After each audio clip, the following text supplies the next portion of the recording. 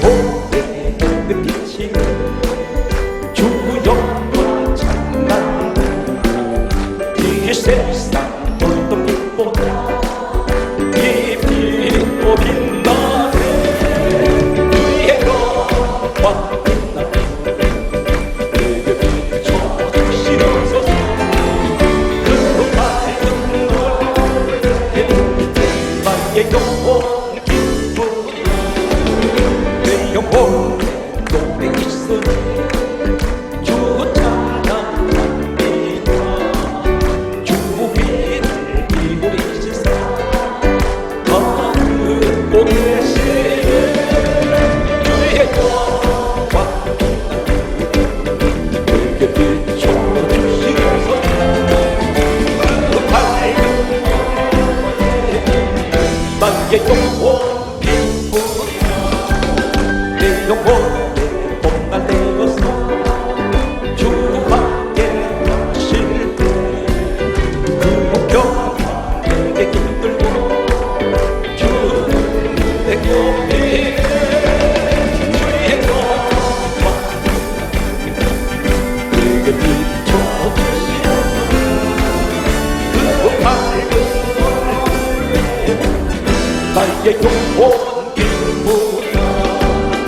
내 영혼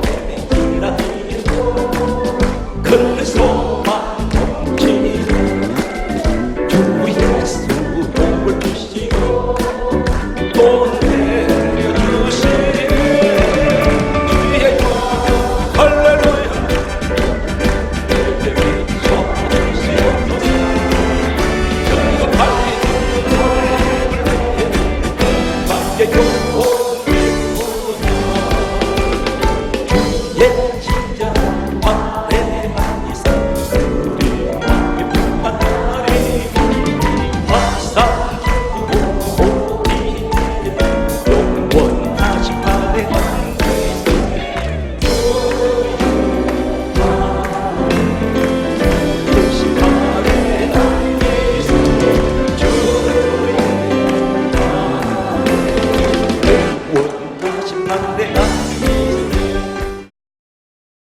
여러분 자신의 신분이 비록 이 땅에서 내가 여러 가지 환경이 지배를 받으면서 살아가고 있지만 직업이 다 다르고 태어난 출신지가 다르고 나이도 다르고 생년월일도 다 다릅니다. 취미도 다르고 각자의 여러 가지 모양으로 살아가고 있는데 중요한 것은 이 땅에나 우리나라에만 해도 다국적, 다시 말해서 외국인들이 많이 들어와 있습니다. 그러나 그들은 각자가 국적이 다 따로 있습니다.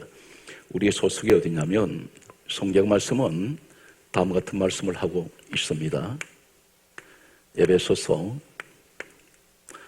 1장 4절과 요한복음 1장 12절에는 다음과 같은 말씀을 하고 있습니다. 에베소서 1장 4절 보면 하나님께서는 창세전에 누구든지 그리스도 예수 아닌 사람은 택하시기로 예정하셨습니다. 다시 말씀드려서 여러분들은 예수 그리스도 안에 있기 때문에 이미 하나님께서 택하신 사람입니다. 요한복음 1장 12절은 우리가 어떻게 택함 받았냐면 영접하는 자, 곧 그 이름을 믿는 사람들이 하나님 자녀되는 권세가 와 있습니다. 나는 이미 하나님 자녀가 되었습니다. 그런데 하나님이 쓰시는 사람이 달라요.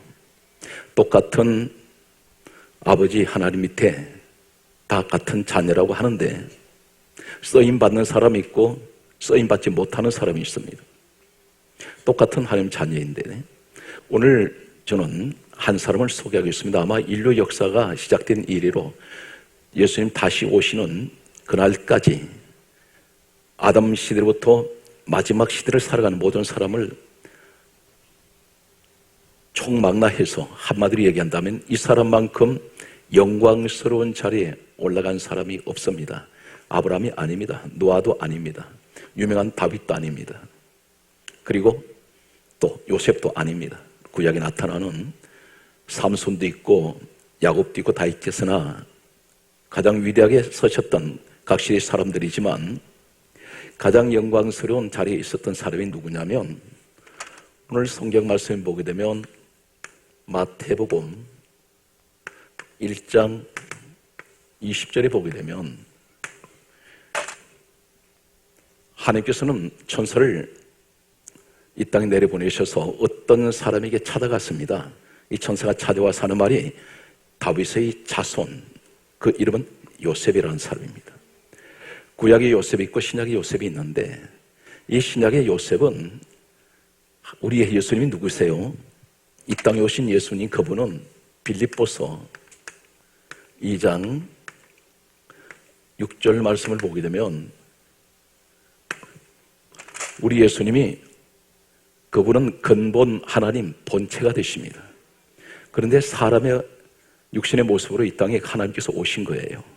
그런데 그 아버지가 요셉입니다. 이보다 더 큰 자랑스러운 영광의 자리가 어디 있습니까? 그런데 다윗의 자손 요셉이라 한다면 이 다윗의 혈통을 통해서 요셉 시대에도 많은 다윗의 혈통이 있었을 것입니다. 다윗에게는 많은 자녀들을 두었습니다. 그러다 보니 수많은 자손들이 후손들이 있었을 텐데 그 가운데에서 왜 이 요셉이라는 사람을 하나님 선택하셨을까요? 오늘 똑같은 이야기입니다. 내가 하나님을 아버지를 부르고 있는 나는 분명히 하나님 자녀인데 많은 사람들 가운데 요셉처럼 쓰는 사람이 있다는 것입니다. 그럼 이 사람이 대단했던 사람일까요? 하늘에서 불 끌어내렸습니까? 아니면 그 당시에 어떤 사람들부터 단 한 사람에도 그를 존경한 적이 있을까요? 정치가입니까? 권력가입니까? 재벌입니까? 아니에요. 이 사람에 관해서 성경 말씀은 다음 같은 말씀을 하고 있습니다. 마태복음 13장 55절에 보면 이 사람의 직업은 목수입니다. 목수인데 지금 우리 이 시대에 목수일을 하는 그러한 정도의 환경이 아닙니다. 이 사람 출신이 어디냐면 성경 말씀을 보게 되면 다음 같은 말씀을 하고 있습니다. 누가복음 1장 26절 말씀을 보면 나사렛 사람입니다.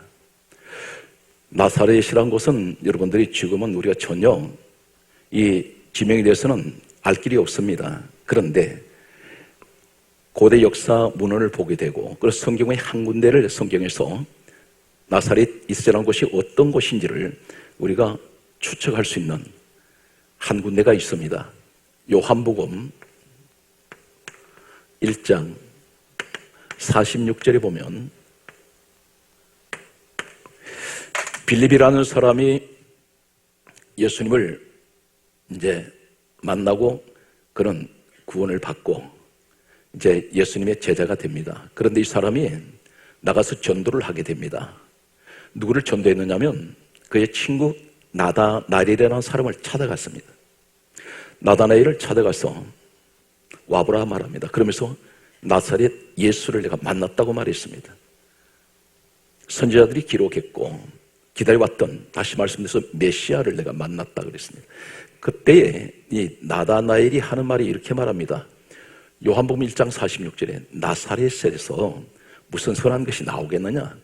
이 말이 무슨 말이냐면 그 시대에 나사렛이란 지역은 가장 천박한 사람들, 가장 소외된 사람들, 가장 힘없는 사람들, 이 사람들이 빈민촌입니다. 한마디로 말씀하면 빈민촌인데 가장 어렵게 살아가는 사람들이 모여 사는 곳이 나사렛이었습니다. 이 나사렛에서는 어떤 훌륭한 사람이 나온 적이 없다는 것입니다. 나다나엘이 그래서 이렇게 말합니다. 무슨 선한 것이 나오겠느냐? 이렇게 했는데 요셉이라는 사람은 나사렛이라는 곳에서 태어나서 거기서 자랐고 그런 목소리를 합니다. 다시 말씀드려서 고급 주택을 짓는 것도 아닙니다. 겨우 빈민촌 지역에 다른 지역도 목수들이 많이 있습니다. 그런데 이 사람들은 나사렛 그곳에서 목소리 한다는 것은 어렵게 살아가는 사람들을 집수리나 해주고 건건히 얼마라도 일당을 받든지 품삯을 받아서 생계를 유지하는 가난한 사람입니다. 오늘 이 자리에 세상 조건을 보면 나는 가진 것도 없고 맨날 실패한 생이고 사람들부터 내가 별로 인정도 받지 못하고 누가 한 사람이 요셉이라는 사람의 이름을 기억해 주겠습니까? 기억하지 않습니다. 우리가 생활할 때 보면 항상 이런 어려운 가운데 있는 분들이 계세요. 그러다 보니까 절망해버립니다. 어떻게 보면 절망합니까? 세상 조건을 보면 절망해버립니다. 그런데 중요한 것은 요셉의 모습을 보면서 하나님의 조건은 어떻습니까? 가난해도 못 배워도 실패해서도 어려워도 환경이 아무리 힘들다 할지라도 하나님은 요셉 같은 사람을 서신다는 것입니다. 오늘 저는 이 요셉에 관해서 하나님께서 왜 요셉을 선택하게 되셨을까? 강조했습니다. 다윗의 자손 요셉아, 우리 하나님께서는 다윗의 혈통을 통해서 이 땅에 예수님이 오실 것을 수천 년 전부터 예언을 하셨습니다. 그런데 다윗 자손 요셉아, 이 말씀은 예언하셨던 그 말씀이, 구약의 말씀이 그대로 이루어진다는 사실입니다. 그래서 다윗 자손 요셉, 오늘 여러분들이 믿음으로 이 다윗의 자손 요셉이 되는 이 심정을 가지고 이 믿음으로 말씀을 받는 여러분들에게 이 축복이 함께할 줄 믿습니다. 우린 기도할 때마다 무슨 능력을 자꾸 구합니다. 거창하게 자꾸만 무엇인가는 내가 가지고 있지 않은 것을 자꾸 채우려고 합니다. 그런데 정작 가장 중요한 것은 자신이 자신을 보지 못한다는 사실입니다. 이 사람만큼 불행한 사람이 없습니다. 목회를 하다 보니까 환경만 바라보고 잘 되는 것만 바라보고 가다가는 넘어집니다. 중요한 것은 지경이 넓혀질수록 하나님께서 서면 설실수록 나를 볼 수 있는 눈이 있어야 됩니다. 나를 보지 못할 때는 반드시 실패할 수 있습니다. 내가 교만한 사람인가? 나는 과연 하나님 앞에 바로 서 있는가? 자기 자신을 돌아볼 수 있는 오늘 귀한 시간 되시기 바라면서 우리는 겉으로 드러난 포장하기를 좋아합니다. 여러 가지 포장을 합니다. 팬트치를 화려하게 하는데 중요한 것은 내 속 사람이 썩어 들어가는 이 모습은 알지 못한다는 것입니다. 나만 장군이라는 사람이 있었습니다. 이 사람은 나병 환자입니다. 그런데 그 당시에 나병 환자였던 이 나만 장군은 군대 장관이라고 했습니다. 군대 장관이라고는 나만은 과거의 구장 역사 그리고 오래된 이 아람 역사를 보게 되면 이 사람 머리부터 발끝까지 투구를 쓰고 있고 갑옷을 입었는데 휘황찬란합니다. 금으로 만든 갑옷입니다. 훈장을 주렁주렁 달았습니다. 겉으로 볼 때는 사람들이 대단한 사람으로 보고 있습니다. 감히 그 앞에 설 수가 없습니다. 대장군입니다. 그런데 이 사람의 속은 점점 나병으로 썩어서 문드러지고 있다는 사실입니다. 오늘 이 시대에 외형적이고 외식주의자들, 종교주의자들의 모습입니다. 내 속은 썩어 들어가는데 나병이 들었는데 그런데 겉으로는 화려하게 치장하고 있습니다. 오늘 그 교회에 그 모습이 어쩌면 나의 모습인지 모릅니다. 하나님께서는 이대로 요단강 물속에 들어가게 하시지 않습니다. 다 벗으라는 것입니다. 벗을 때 적나라하게, 다 벗을 때 썩어 피고름이 질질 흐르는 본래의 모습을 하나님께서는 보기를 원하십니다. 오늘 이 시간 내 모습을 끄집어내셔서 과연 나는 요셉같이 쓰시는 사람일까? 왜 쓰시지 못할까? 이것 때문에 쓰지 못한다는 사실입니다. 요셉을 이제 찾아갑니다. 오늘 본문 말씀을 보면 마태복음 1장 18절 말씀과 19장 말씀과 20장 말씀을 보면 본문을 우리가 읽었습니다. 마태복음 1장 18절에 보면 천사가 요셉에게 찾아왔습니다. 그런데 이때 상황이 어떤 상황이냐면 마리아와 요셉은 정상적인 부부가 아닙니다. 정혼한 상태입니다. 이제 정식 혼례를 앞두고 있는 이 상황에서 이 유대의 관습은 결혼을 앞두고 있으면 실제적으로 같이 지금 부부 생활하지 않아도 남편이라고 부를 수가 있고 아내라 부를 수 있습니다. 오늘 이런 상황인데 오늘 성경 말씀은 18절에 다음과 같은 말씀을 하고 있습니다. 성령께서 이 처녀 마리아 몸에 성령으로 잉태하게 하셨습니다. 그런데 성령으로 잉태된 것이 나타났더니 이렇게 말씀합니다. 처녀 몸에 배가 불러오기 시작합니다. 이제 결혼을 앞두고 있는 요셉이 충격을 받습니다. 엄청난 충격을 받습니다. 이제 결혼을 앞두고 있는 자신이 부인될 사람 몸에 이 처녀 몸에서 임신을 했던 사실은 상상할 수가 없었던 일이 눈앞에 나타났습니다. 당연히 이 요셉은 다른 남자가 있을 것으로 생각할 수밖에 없습니다. 감히 한 번도 인류 역사에서 성령으로 잉태된 사실이 없기 때문에 다른 남자가 있다고 생각했습니다. 그러다 보니까 이 사람은 분노할 수밖에 없습니다. 화가 치밀어 오를 수 있습니다. 오해할 수 있습니다. 당연히 오해할 수 있죠. 이 사람 어떻게 하겠습니까? 마리아에게 찾아가서 폭력을 행사할 수 있습니다. 언성을 높일 수가 있습니다. 다툴 수 있습니다. 그리고 추궁할 수가 있습니다. 자초지종을 드리려고 했을 것입니다. 그런데 요셉은 어떤 사람일까요? 19절의 말씀 보면 이렇게 말씀합니다. 요셉은 의로운 사람이라 그가 가만히 끊고자 했습니다. 덜어내지 아니하고 가만히 끊고자 하여 덜어내지 않습니다. 가만히라 말은 조용하게 정리를 하려고 했습니다. 이 요셉이 마리아를 사랑하지 않아서 그럴까요? 아닙니다. 왜 그럴까요? 자신이 레위기서 20장 10절에 보면 자신이 이 사실을 누구한테라도 말 한마디 했다가 마리아 죽습니다. 왜 그러냐면 레위기 20장 10절에는 율법이란 법이 있습니다. 이 유대인들에겐 치명적인 법인데 남의 아내가 간음을 하게 되면 공개 처형을 하게 되어 있습니다. 이것이 법으로 되어 있습니다. 이미 판결은 떨어져 있습니다. 이 요셉 입장에서는 분노할 수가 있고 그리고 자신의 가족들에게 내가 파혼을 해야 되겠습니다. 그 이야기를 하다 보면 자인이 저 마리아가 지금 잉태한 저 뱃속에 있는 아이는 내 아이가 아닙니다 말하면 이 여자 끌려나 죽습니다. 그런데 요셉은 누구를 먼저 생각합니까? 자신은 분노가 일어나고 화가 치밀어 오르고 때로는 감정을 이 사람은 절제할 수가 없습니다.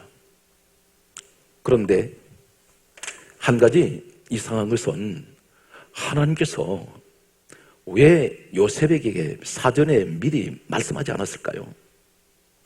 20절에 와서 성경은 다음과 같이 말씀을 하고 있습니다.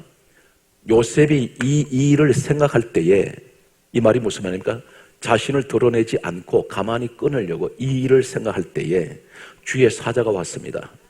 그러면서 하는 말이 이렇게 말합니다. 다윗 자손 요셉아, 내 아내 마리아 데려오기를 무서워하지 말라. 이는 성령으로 잉태된 것이니라. 이때 가르쳐 주십니다. 왜 그럴까요? 하나님은 이 요셉의 인격을 알고 계세요.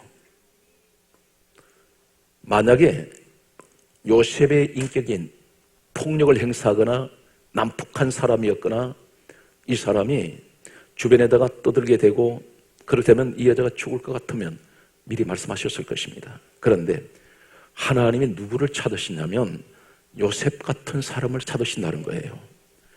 여러분이 저 사람은 틀림없이 저런 잘못했어. 그런데 이것이 오해일 수 있다는 것입니다. 마리아를 바라보는 요셉은 오해 아닌 오해를 할 수 있다는 것입니다. 오늘 여기에서 하나님은 이 요셉의 마음이 어떤 마음이냐면 대단히 온유한 사람이에요. 대단히 덕이 있는 사람입니다. 성경 말씀 보게 되면 돌에 맞아 죽을 수밖에 없는 가늠한 여자로 몰려서 죽을 수 있는 마리아, 그 당시 상황이 어떤 상황을 말씀하고 있냐면 구약을 한 군데 소개하고 있습니다. 창세기 38장 24절 말씀과 신약의 요한복음 8장 7절에 보게 되면 창세기 38장 24절에 시아버지 유다와 며느리 다말 관계 얘기가 나오죠. 시아버지 유다는 이 다말이 창녀로 변장한 것을 몰랐습니다. 그런데 왜 이렇게 했을까요? 여러분들은 이 성경을 보면서 문자적으로 보게 되면 오해할 수밖에 없어요. 그런데 이 여자 다말은 성경 말씀에 마태복음 1장에 보게 되면 이 다말이 예수님 족보에 올라와 있습니다. 1장 1절 이하에 보게 되면 이 여자는 엄란한 여자가 아니에요. 이 여자는 유다 지파를 통해서 메시아가 오실 것을 알고 있기 때문에 그 혈통을 이으려고 하는 믿음의 여인이었습니다. 만약에 이 여자가 남자가 탐이 났다면 늙은 시아버지를 창녀까지 변장해서 발각되면 죽는데 그렇게까지 목숨을 걸지 않습니다. 주변에 젊은 남자가 수두룩합니다. 이 여자는 오직 믿음 하나로 이 시댁의 혈통을 이어가려고 하는 여인이었습니다. 그런데 이 다말과 시아버지 유다가 창녀인 줄 알고 동침을 했는데 나중에 소식이 들리기를 아이를 가졌다고 했습니다. 누가? 며느리 다말이. 창녀로 변장한 그 여자가 자신의 며느리인 줄 몰랐습니다. 그때에 이 유다가 하는 말이 불륜을 저지른 이 여자를 가리켜 가늠한 여자로 알고 창세기 38장 24절에 끌어내어 불사질러라 이렇게 말씀합니다. 공개 처형시키라는 것입니다. 이것이 율법입니다. 요한복음 8장 7절에 보면 예수님 앞에 끌려놓은 가늠한 여자가 있었습니다. 사람들이 돌을 다 들고 있습니다. 공개 처형하려고. 그때 예수님이 땅에다 걸 서시면서 너희 중에 죄 없는 자가 돌로 쳐라. 이 사건이 있었습니다. 이것을 보면 무엇을 말하냐면 마리아도 이렇게 죽을 수가 있습니다. 그런데 누구 때문에 살았어요? 요셉 때문에. 이런 남편이 여러분 가정에 사랑하는 남편이 되시기를 축복합니다. 오늘 여기 말씀에서 보게 되면 성경 말씀은 왜 요셉을 서셨을까? 그 인격이, 그 성격이 완전히 하나님을 닮은 성격입니다. 여러분 기업을 움직여도 기업을 움직이는 그 오너는 말이죠. 자신의 경영 철학에 맞는 사람을 씁니다. 성격이 전혀 맞지 않거나 경영 철학이 맞지 않으면 쓸 수가 없어요. 아무리 실력이 있어도. 하나님 나라에는 하나님의 뜻에 맞는 사람을 쓰십니다. 다 똑같은 다윗의 자손 가운데 요셉 같은 사람을 쓰신다는 사실입니다. 하나님 똑같은 자녀인데 하나님 자녀 가운데도 특별히 오늘 요셉 같은 사람을 찾아서 쓰실 것입니다. 오늘 이 사람을 잠깐 소개하겠습니다.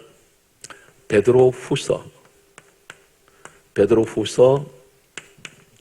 1장 4절에 보면 1장 4절 이하에 신의 성품이 있습니다. 신의 성품이 있는데 이 신의 성품에 참여하는 자가 있습니다. 신의 성품에 참여한다는 이 의미가 무슨 의미냐면 신의 성품을 가진 사람이 있다는 것입니다. 분명히 이 자리에 계실 겁니다. 신의 성품을 가진 사람인데 이 사람이 누구냐면 믿음의 덕을 가진 사람이에요. 덕스러운 사람들. 우리나라는 수많은 지도자가 되겠다는 사람들이 있습니다. 각계각층에. 그런데 지도자는 세 지도자가 있어요. 용장이 있고 지장이 있고 덕장이 있습니다. 많은 지도자들 가운데는 용장이 있습니다. 용감 무쌍한 지도자들이 있습니다. 또 용장이 있고 지장이 있습니다. 머리가 좋은 사람 많습니다. 영리합니다. 그런데 가장 부족한 지도자가 누구일까요? 덕장이 부족해요. 덕으로 다스리는 사람들. 오늘 바로 신의 성품 가진 자가 누구냐면 요셉입니다. 요셉은 덕이 있는 사람이에요. 대단히 온유했고 그는 항상 자신보다도 남을 먼저 생각해주는 그리고 용서할 수 있는 그런 사랑의 마음이 가득한 사람이었습니다. 이 사람은 가진 것 없습니다. 배운 것 없습니다. 사람들부터 별로 인정받는 사람이 아니에요. 그런데 하나님은 그 당시에 어떤 내노라 하는 권력자들, 내노라 하는 사회 지도층의 사람들을 쓰지 않습니다. 하나님이 찾는 사람은 그 속 사람이 주님을 닮은 사람, 이 사람을 쓰십니다. 오늘 여러분들이 그 주인공이 되십시오. 하나님께서 서시는 사람 보면 그러면 우리 예수님이 누구세요? 마태복음 11장 29절의 말씀 보면 예수님이 친히 말씀합니다. 나는 마음이 온유하고 겸손하니. 온유하신 분이세요. 이 온유라면 마음이 따뜻하고 부드러운 분이라는 것입니다. 그리고 굉장히 겸손하세요. 우리 하나님 되시는 예수님만큼 높은 분이 없습니다. 그런데 가장 낮추세요. 어디까지 낮추세요? 제자들 발을 씻길 만큼 낮추십니다. 오늘 여기 성경 말씀 보게 되면 우리 예수님께서 그 마음을 한마디로 우리가 볼 수 있는 내용이 어디 있습니까? 누가복음 23장 34절 말씀을 보면 예수님께서 십자가에서 못 박히셨습니다. 그때 예수님을 창으로 옆구리를 찌르는 사람, 못을 박는 사람, 침 뱉는 사람을 희롱하는 사람들, 이 사람들을 가리켜서 십자가에서 숨이 끊어지시는 그 순간에 뭐라고 기도하시냐면 십자가 위에서 기도하십니다. 아버지, 저들을 사하여 주옵소서. 저들이 하는 것을 알지 못합니다. 무슨 얘기입니까? 주님 못 박는 자들을 가리켜서 하나님께 마지막으로 기도를 하세요. 저들 용서해 주세요. 저들이 하는 것을 알지 못하기 때문에 오히려 예수님이 십자가에서 그들을 변호를 하고 있습니다. 오늘 이 모습이 바로 요셉의 모습이고 우리의 모습이 되시기 바랍니다. 성경 말씀을 계속해서 보면 이 땅에 억울하게 죽은 한 사람이 있습니다. 그런데 이 사람 숨 끊어지는 마지막 순간에 기도하는 한 사람이 있습니다. 사도행전 7장 60절에 보게 되면 서대반이라는 사람이 있습니다. 집사입니다. 참 주의 종들을 부끄럽게 하는 아주 훌륭한 집사예요. 성령 충만했던 집사인데 전도했습니다. 전도하다가 사람들이 돌을 쳐서 죽였습니다. 성경 60절에 보면 이 사람이 무릎을 꿇었다고 되어 있습니다. 온몸에 피투성인데 숨 끊어진 순간입니다. 마지막 숨 거두면서 무릎을 꿇고 크게 불러 이렇게 말합니다. 소리를 지르면서 다음 같은 기도를 합니다. 주여, 이 죄를 저들에게 돌리지 마옵소서. 원수가 갚아달라는 기도가 아니었습니다. 내가 억울하게 죽습니다 기도가 아니었습니다. 저들의 죄를 용서해달라는, 저들의 죄를 저들에게 돌리지 말라고 기도하며 숨 끊어진 사람이 바로 서대반이었습니다. 이 서대반은 철저하게 주님을 닮았어요. 요셉이 예수님을 닮았습니다. 다시 말씀드려서 빌립보서 2장 6절에 근본 하나님 본체시는 예수님을 닮은 사람이 오늘 본문의 요셉이고 서대반이었습니다. 오늘 사랑하는 성도 여러분, 항상 의진 마음을 가지도록 우린 기도해야 돼요. 무엇을 자꾸 내가 하나님 돈을 그리고 세상 권력, 세상 여러 가지 조건을 환경을 위해서 자꾸 기도하는 것도 중요하지만 가장 중요한 것은 내가 변화가 되어야 됩니다. 내가 어떻게 변화되어야 돼요? 내 마음에 주여 온유한 마음을 주시고 겸손한 마음을 주세요. 이 겸손한 마음이 어떤 것입니까? 아무리 높아지더라도 나는 항상 낮은 자리에 있습니다. 전혀 그 환경이 변화되었다 해서 잘 된다 해서 내가 교만해질 이유가 없어요. 모든 것은 하나님 주신 은혜입니다. 내가 노력해서 되는 것 아니에요. 여러분 숨 쉬고 싶다고 숨 쉽니까? 아닙니다. 하나님이 허락하셔야 숨 쉬는 겁니다. 그래서 모든 것이 하나님께로부터 왔기 때문에 나는 항상 그 자리에 있는 거예요. 그래서 하나님이 아무리 주셔도 나는 항상 낮은 자리에서, 늘 섬기는 자리에서, 기도하는 자리에서, 그러면 하나님께서 더 부어주십니다. 온유한 사람, 오늘 요셉 같은 사람, 이 사람은 하나님 서십니다. 오늘 성경 말씀을 계속해서 찾아갑니다. 오늘 성경 말씀을 보게 되면 마태복음 5장 5절과 마태복음 5장 9절 말씀을 하시겠습니다. 온유한 자는 복이 있나니 저희가 땅을 기업으로 받을 것이며. 여러분 땅에서 잘 되기 원하세요? 우선 내가 바꿔줘야 돼. 나보다 좀 온유한 사람 되세요. 악을 쓰면서 그렇게 살아갈 이유가 뭐가 있어요? 잠시 있다 가는데 왜 그렇게 아둥바둥 살려고 그럴까요? 이왕이면 말 한마디라도 우리가 사람한테 덕을 끼치는 이런 말 한마디, 상처 주는 말 한마디보다도 내가 조금 참으면 되는데 남한테 은혜를 줄 수 있는, 그래서 그런 사람들 좀 세워줄 수 있는, 용기를 줄 수 있는 이런 사람이 되면 얼마나 좋겠습니까? 그런데 안타깝게도 이 사회는 그렇지가 않아요. 전부 핥히고 찢어대고 상처 주는 시대입니다. 오늘 여러분들 가운데 여러분만이라도 요셉 같은 사람 되시기 바랍니다.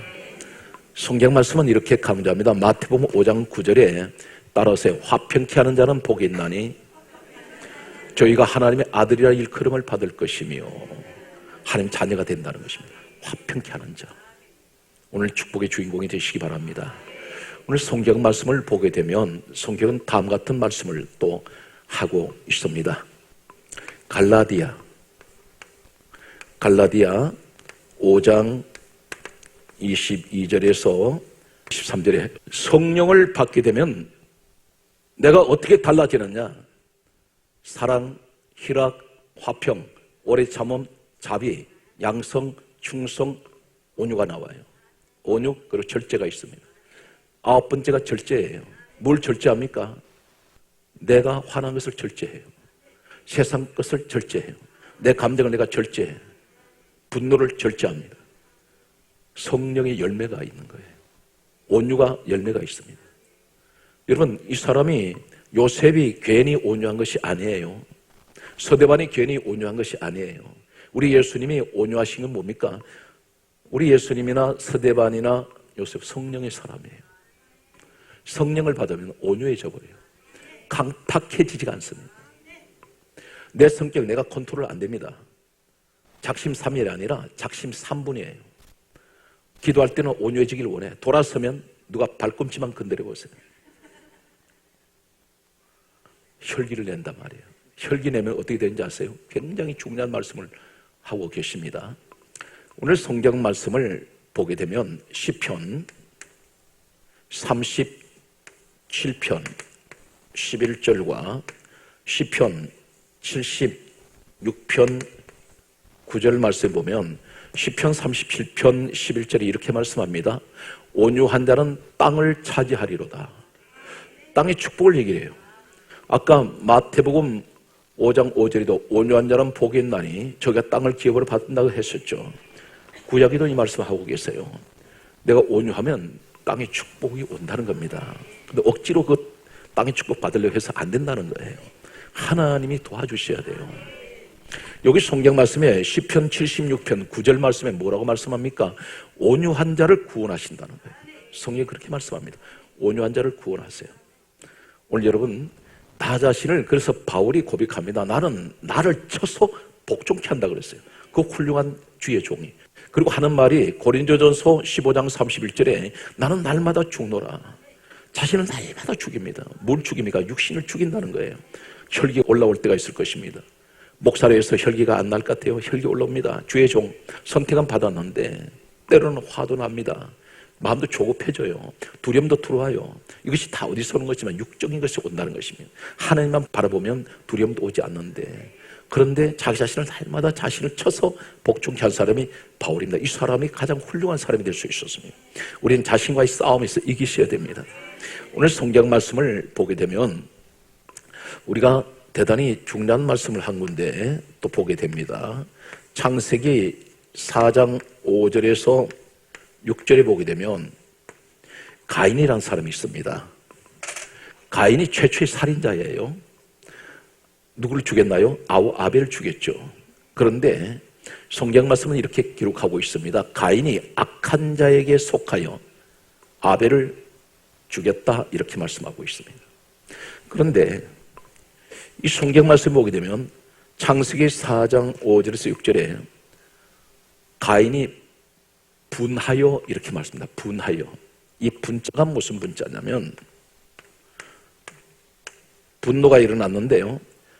성경 원어에 보게 되면 히브리어에는, 구약은 히브리어로 되어 있습니다. 히브리어에는 이 분자를 가리켜 하라, 이렇게 되어 있습니다. 하라, 이 말이 뭐냐면 불타듯이 노여움이 일어난다는 거예요. 분노가 불같이 일어난다는 것입니다. 그러니까 이 가인이 아벨을 죽이게 된 것이 어떤 동기였냐면 이 분을 참지 못한 겁니다. 분노가 어떻게 일어났냐면 예배를 드렸는데 그 예배를 통해서 아벨 예배를 하는 받으시고 가인 예배를 안 받으시는 것을 보고 이 사람이 분이 일어나는데, 어느 정도 일어나면 불이 일어나듯이 화가 치밀어 올랐다는 것입니다. 분노가 치밀었는데 사람을 죽입니다. 여기서 대단히 중요한 것은 성경 말씀은 이 가인 이야기를 하시면서 에베소서 신약에는 이렇게 말씀합니다.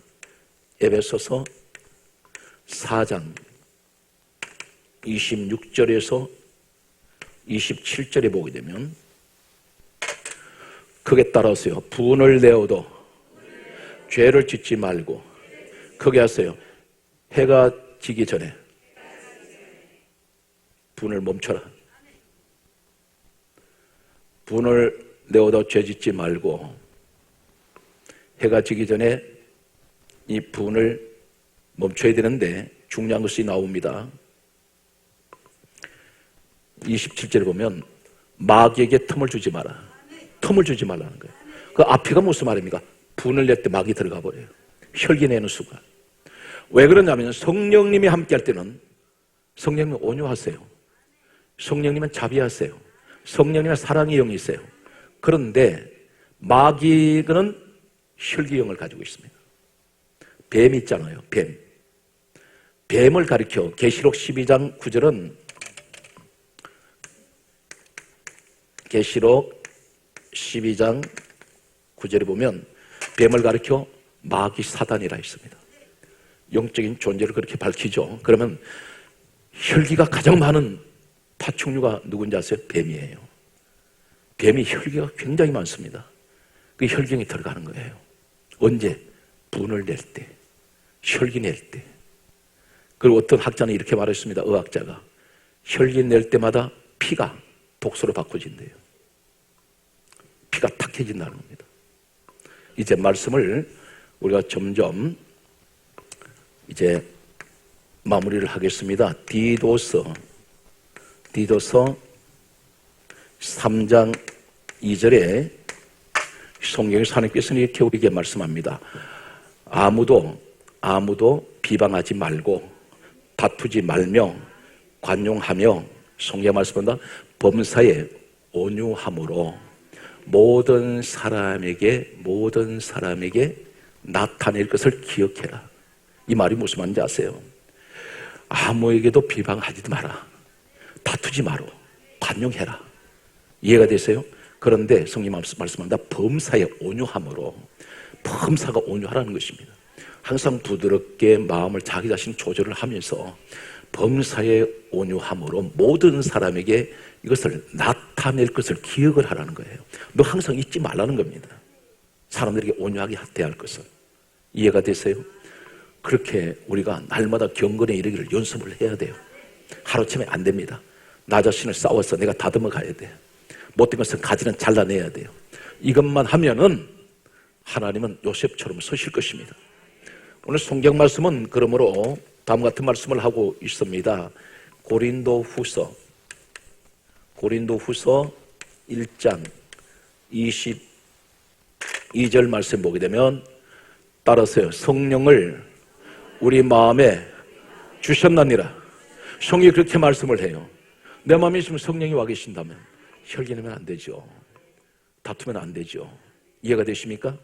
성경 말씀은 고린도전서 11장 17절 18절 19절 20절 그리고 28절 그리고 29절 그리고 에베소서 3장 7절, 고린도전서 11장 17절에 이렇게 말씀합니다. 잘 들으세요. 교회 생활에서 조심해야 됩니다. 아무리 내가 열심히 충성하고 아무리 그 직분을 어떤 직분을 가지고 있다 할지라도 열심히 한다 할지라도 이것 하면 당신 성찬하면 안 돼요. 성찬이 떡과 포도주 먹고 마시는 거죠. 그거 하면 안 된대요. 직분 이야기하지 않습니다. 고린도전서 11장 17절에 너희가 교회 모임이 유익이 되지 못하고 도리어 해롭다는 모임이 있다는 거예요. 교회 모임 자체가. 그것이 뭐냐면 고린도전서 11장 18절에 보게 되면 너희들 교회에 모여가지고 분쟁한다는 거예요. 분쟁. 이 분쟁이란 말을 보니까 대단히 중요한 말씀을 하고 있습니다. 이 신약에는 이 고린도전서 11장은 신약 성경인데 여기 보면 원래는 원어가 헬라로 되어 있어요. 헬라어인데 이 헬라어에 기록된 고린도전서 11장 18절에 교회 분쟁이란 말이 어떤 말을 쓰고 있느냐면 이 분쟁이란 말을 스키스마 이렇게 되어 있어요. 분쟁한다, 스키스마하고 있다는 것입니다. 이 말이 무슨 말이냐고 보니까 우리는 간단하게 분쟁한다 이렇게 생각했는데 스키스마 이 말이 무슨 의미냐면 찢어진다는 거예요. 찢어버린다, 나눠버린다, 갈라버린다 이 말입니다. 무슨 얘기냐면 성도와 성도 관계를 갈라버려요. 목사님과 성도 관계를 갈라버려요. 교회를 찢어놔버려요. 고린도전서 3장 16절에는 우리 몸이 성전이래요. 근데 성전을 찢어버려요. 이것이 분쟁이라는 거예요. 교회 안에 이런 모임은 아무 유익이 없고 도리어 해로운 모임이다. 그러면서 하시는 말씀은 이것이 결국은 어디로 갔냐면 19절에 보니까 파당을 짓는다는 겁니다. 당을 만들어버린다는 거죠. 네 편 내 편 짝을 지어버리게 돼 있는데, 그렇다 보니까 무서운 말씀합니다. 너희들 만찬하면 안 돼. 주의 만찬하면 안 돼. 이런 짓 하는 사람 먹으면 안 된다는 거예요. 주의 만찬이 뭐예요? 떡과 포도주예요. 그러다 보니까 28절에 자기를 살피고 이 떡과 포도주를 먹고 마시라.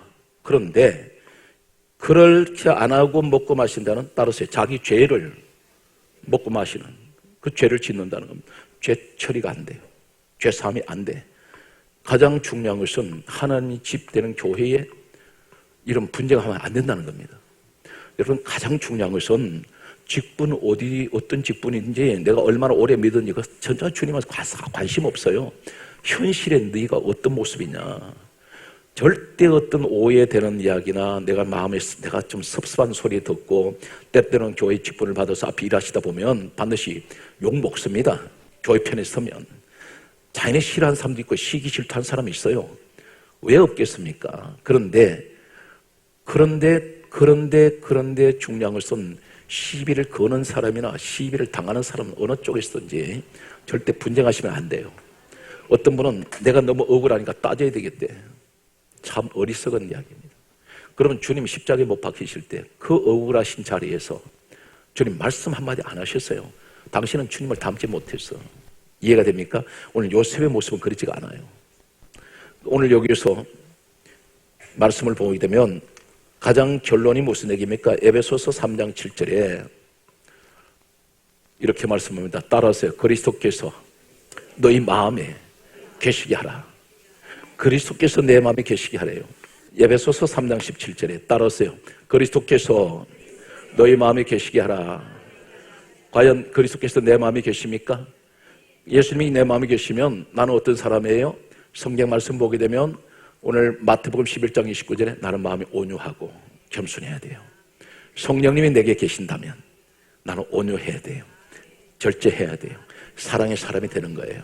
그래서 자기 자신을 이것을 가지고 영적 분별을 할 줄 아는 거예요. 그래서 우리가 영분별하면 사람 하는 것을 보면서 예수님 말씀하셨습니다. 열매를 보고 내가 그를 안다. 네가 하는 행동을 보면 내가 안다는 거죠. 아, 저 사람은 성령의 사람이야. 저 사람 마귀가 저 사람은 지금 잡고 있구나. 우리가 알 수 있잖아요. 이해가 되십니까? 기다리고 고대하던 말씀이 끝나는 시간입니다.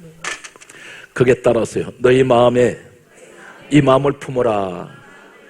그게 하세요. 곧 그리스도의 마음이니. 이 마음, 내 마음에 예수님을 내 마음에 그분이 가지고 있는 마음을 내가 가져야 돼요. 오늘 여러분 이 자리가 가장 예수님을 닮은 이 시대의 요셉같이 서시는 여러분 되시기를 예수 이름으로 축복합니다.